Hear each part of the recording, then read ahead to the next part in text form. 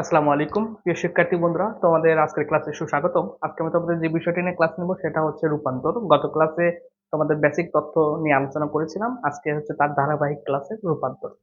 তো দেখো, সংখ্যা পদ্ধতি মোট হচ্ছে 4 প্রকার, কিন্তু রূপান্তর অর্থাৎ এই 4টা সংখ্যা পদ্ধতি থেকে সর্বমোট রূপান্তর করা যাবে হচ্ছে 12টি। তো দেখো, আমি তোমাদের সুবিধার্থে খুব সহজভাবে এই 12টি রূপান্তর নিয়মটা লিখে দিয়েছি। সেটা হচ্ছে, দেখো, প্রথম কথাটা হচ্ছে যে সর্বমোট রূপান্তর 12টি। এই 12টির মধ্যে যেহেতু আমাদের মেইনত সংখ্যা পদ্ধতি হচ্ছে 4 প্রকার: ডেসিমেল, প্রথমে হচ্ছে বাইনারি, অক্টাল, ডেসিমেল এবং হচ্ছে হেক্সাডেসিমেল। আচ্ছা দেখো, তো সেক্ষেত্রে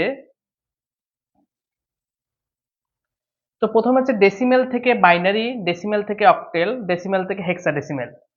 ঠিক আছে? ডেসিমেল থেকে বাইনারি, ডেসিমেল থেকে অক্টাল এবং ডেসিমেল থেকে হেক্সাডেসিমেল। ঠিক আছে? এই সংখ্যা পদ্ধতির ক্ষেত্রে অর্থাৎ ডেসিমেল থেকে যদি বাইনারিতে যাই, ডেসিমেল থেকে যদি অক্টালে এবং ডেসিমেল থেকে হেক্সাডেসিমেলে, সবচেয়ে সহজ কথা ভাইয়া, ডেসিমেল থেকে যেখানেই যাক, ডেসিমেল থেকে যে কোনো সংখ্যা পদ্ধতিতে রূপান্তরের ক্ষেত্রে কি করতে হবে? যে সংখ্যা পদ্ধতিতে রূপান্তর করতে হবে, ভালো করে বুঝো, যে সংখ্যা পদ্ধতিতে রূপান্তর করতে হবে তার বেস দ্বারা পূর্ণ সংখ্যাকে ভাগ এবং দশমিক অংশকে কি করতে হবে? গুণ করতে হবে। কেমন?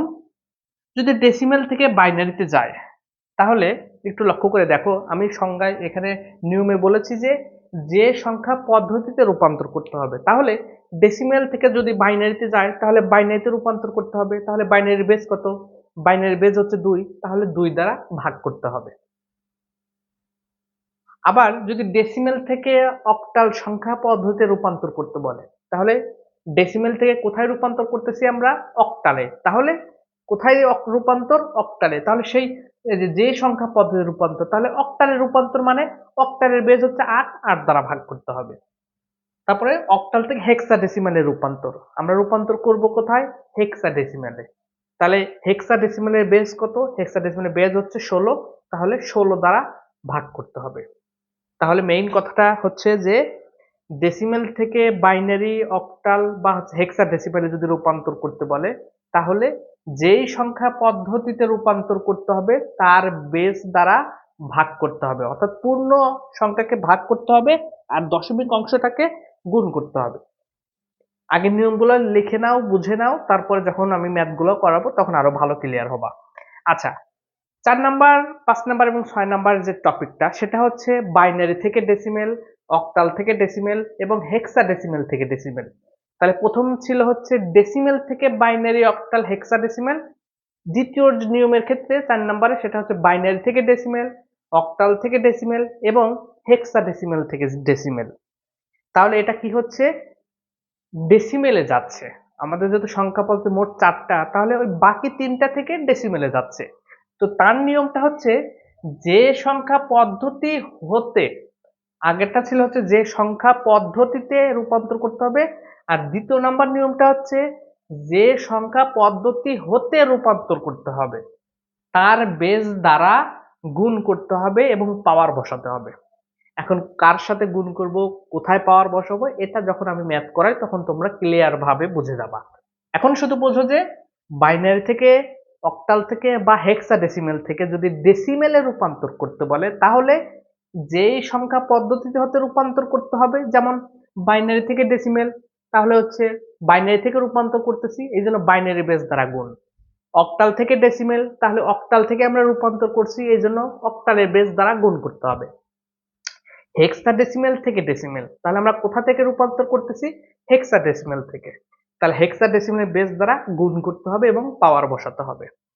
আচ্ছা, এই দুটো আমি শর্টকাটে আরেকটা কথা বলে দিচ্ছি, যেটা খুবই মজাদার কথা। সেই কথাটা তুমি যদি লিখে রাখতে পারো, রূপান্তর মাত্র 10 সেকেন্ডে শেষ। এই 6টা রূপান্তর 10 সেকেন্ডে শেষ হবে। সেই কথাটা কি? সেটা হচ্ছে যে ডেসিমেল থেকে যেখানেই যাক, ডেসিমেল থেকে যে সংখ্যা পদ্ধতিতেই যাক না কেন, বেস দ্বারা ভাগ হবে, আর অন্য সকল সংখ্যা পদ থেকে যদি ডেসিমেলে আসে তাহলে বেস দ্বারা গুণ হবে। আচ্ছা, আরেকটা নিয়ম 7 নাম্বার, সেটা হচ্ছে বাইনারি থেকে অক্টালে বা অক্টাল থেকে বাইনারি। যদি বাইনারি থেকে অক্টালে যায় বা অক্টাল থেকে বাইনারি যায়, সেক্ষেত্রে বাইনারি 3 বিট মান বসাতে হবে। এখন বাইনারি 3 বিট মান কিভাবে বসায়?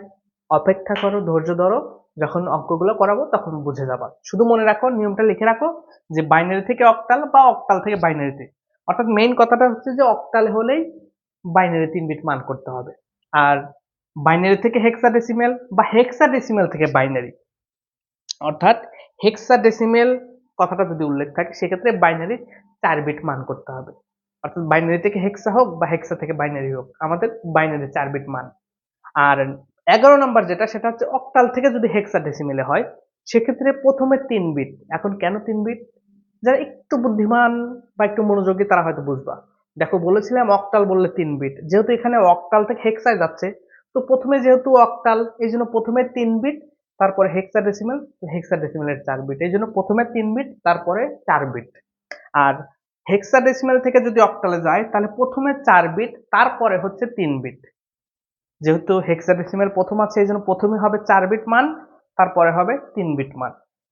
আর আরেকটা শর্টকাট কথা বলে দিচ্ছি, সেটা হচ্ছে একদম ইজিলি লিখে রাখো, আর না হয় এটা স্ক্রিনশট দিয়ে দাও, তারপর আমি তোমাদের শর্টকাট টেকনিকটা লিখে দিচ্ছি। আচ্ছা দেখো, একদম 12টা রূপান্তর, এই 12টা রূপান্তর একদম সহজ টেকনিকে মনে রাখার নিয়মটা আমি লিখে দিয়েছি। সেটা হচ্ছে ডেসিমেল থেকে যদি অন্য যে কোনো সংখ্যা পদ্ধতিতে যায়, তুমি জাস্ট খালি মনে রাখবা, যেহেতু সংখ্যা পদ্ধতি হচ্ছে 4টি, বাইনারি, অক্টাল, ডেসিমাল, হেক্সা, তোমার এত কোনো কিছু মনে রাখার দরকার নাই। তুমি শুধু মনে রাখো যে ডেসিমেল থেকে যদি যে কোনো সংখ্যা পদ্ধতিতে যায়, অর্থাৎ ডেসিমেল থেকে গেলে ভাগ, আর অন্য সকল সংখ্যা পদ্ধতি থেকে যদি ডেসিমেলে আসে তাহলে গুণ। অক্টাল বললে 3 বিট, হেক্সা বললে 4 বিট, নিয়ম শেষ। আমি আবারও বলতেছি, ডেসিমেল থেকে যদি যায় যে কোনো সংখ্যা পদ্ধতিতে তাহলে ভাগ, আর যে কোনো সংখ্যা পদ থেকে যদি ডেসিমেলে আসে তাহলে হচ্ছে গুণ। অক্টাল বললে 3 বিট, হেক্সা বললে 4 বিট। আর বিশেষ দ্রষ্টব্য, ডেসিমেল বেজ 10 দ্বারা ভাগ বা গুণ হয় না। ব্যাস ক্লিয়ার। আমি জাস্ট পাশে বুঝিয়ে দিচ্ছি। ডেসিমেল থেকে গেলে যেমন 19, এটা হচ্ছে ডেসিমেল, এই ডেসিমেল থেকে যদি আমাকে বাইনারিতে রূপান্তর করতে বলে তাহলে দেখো, আবার যদি ধরো 29, আচ্ছা 19 দিয়ে করাই, 19 ডেসিমেল থেকে যদি অক্টালে বলে, আবার 19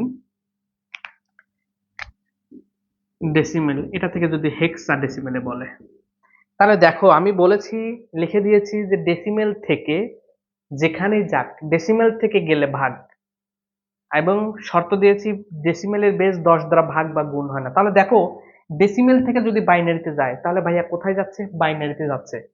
ডেসিমেল থেকে অক্টালে তাহলে কোথায় যাচ্ছে? অক্টালে। ডেসিমেল হেক্সা কোথায় যাচ্ছে? হেক্সা যাচ্ছে, অর্থাৎ ডেসিমেল থেকে যাচ্ছে। তো ডেসিমেল থেকে গেলে আমরা কি জানি? আমরা জানি ভাগ। এখন কত দ্বারা ভাগ করব?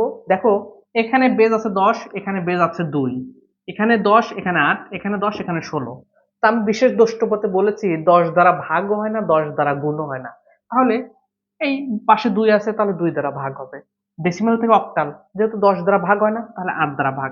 ডেসিমেল থেকে হেক্সা, যেহেতু 10 দ্বারা ভাগ হয় না তাহলে 16 দ্বারা ভাগ হবে। তাহলে ডেসিমেল থেকে যেখানেই যাক ভাগ। আচ্ছা, এখন 2 নাম্বার যেটা, যে ডেসিমেলে আসলে, যেমন 101, এটা বাইনারি, বাইনারি থেকে যদি ডেসিমেলে যায় তাহলে দেখো বাইনারিতে কোথায় আসতেছে? ডেসিমেলে আসতেছে। আবার 17 অক্টাল, অক্টাল থেকে কোথায় যাচ্ছে? ডেসিমেলে। আবার ধরো A9 হেক্সা, হেক্সা থেকে ডেসিমেলে। তাহলে দেখো আগেরটাতে ছিল ডেসিমেল থেকে গেলে ভাগ, আর এখন হচ্ছে অন্য সকল সংখ্যা পদ থেকে ডেসিমেলে আসছে। তো ডেসিমেলে আসলে কি হবে? গুণ হবে। ভাইয়া কত দ্বারা গুণ হবে?